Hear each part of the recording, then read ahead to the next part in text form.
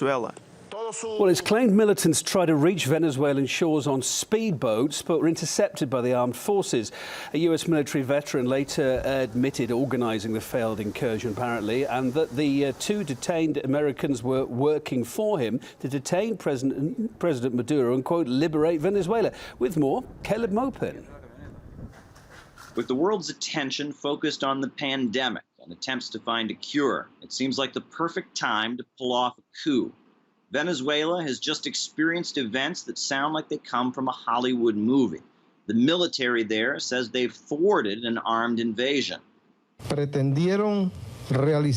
tried to carry out an invasion by sea, a group of terrorist mercenaries from Colombia, in order to commit terrorist acts in the country, murdering leaders of the revolutionary government. Venezuelan officials declared victory. 8 members of an armed group were killed. Others were arrested. Weapons were seized. Now, Venezuelan officials say that these weapons had actually been stolen during a coup attempt last year.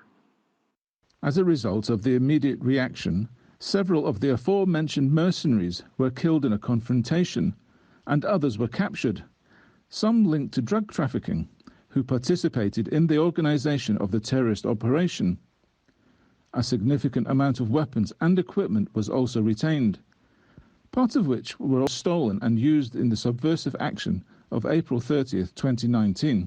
So who was behind this operation? Well, according to the Associated Press reports, it was a former U.S. Special Operations officer named Jordan Gaudreau, who worked with retired Venezuelan military leaders to plan an invasion.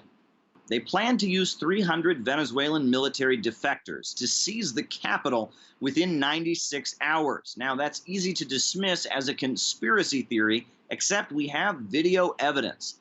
Here is ex-Green Beret Jordan Gaudreau explaining and confirming the existence of Operation Gideon. A daring amphibious raid was launched from the border of Colombia deep into the heart of Caracas. Our men are continuing to fight right now. Our units have been activated in the south, west, and east of Venezuela. Commander Nieto is with me, is co-located, and Commander Sakei is on the ground now fighting. Video shows that participants in Operation Gideon were wearing blue armbands that were very similar to those worn by the soldiers who participated in the coup attempt by opposition figure Juan Guaido last year. Acabar la tiranía, la opresión, imponer la libertad y restaurarle la democracia al pueblo de Venezuela. U.S.-backed opposition figure Juan Guaido denied any involvement. He called these events fabricated. This is a fabricated montage or a criminal act manipulated by the dictatorship to continue the persecution towards the interim government, the National Assembly, and the democratic forces. He hasn't commented on the video, but there's also a new twist. A document has emerged purporting to be a $212 million contract between Juan Guaido and Gaudreau's security forces. He allegedly hired them to pull off a coup. And later, Gaudreau complained that he did not get paid. This is certainly not the first coup attempt in Venezuela.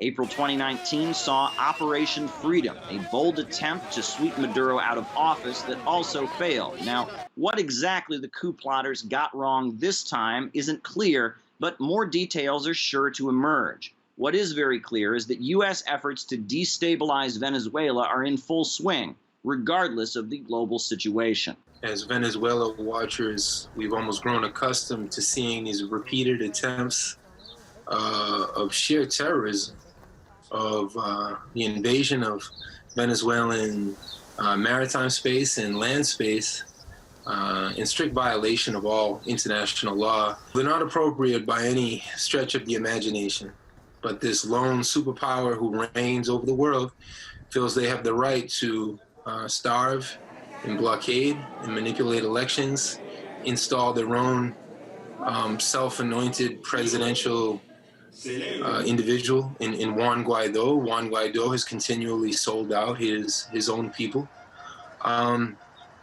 This is economic warfare, and when that doesn't give them the result that they want, they resort to actual military invasions, no different than the 200 plus U.S. military invasions of the Southern Hemisphere just in the 20th century. And for the U.S. to continue to carry out these attacks at the height of a global pandemic demonstrates just how thirsty they are for more bloodshed and war.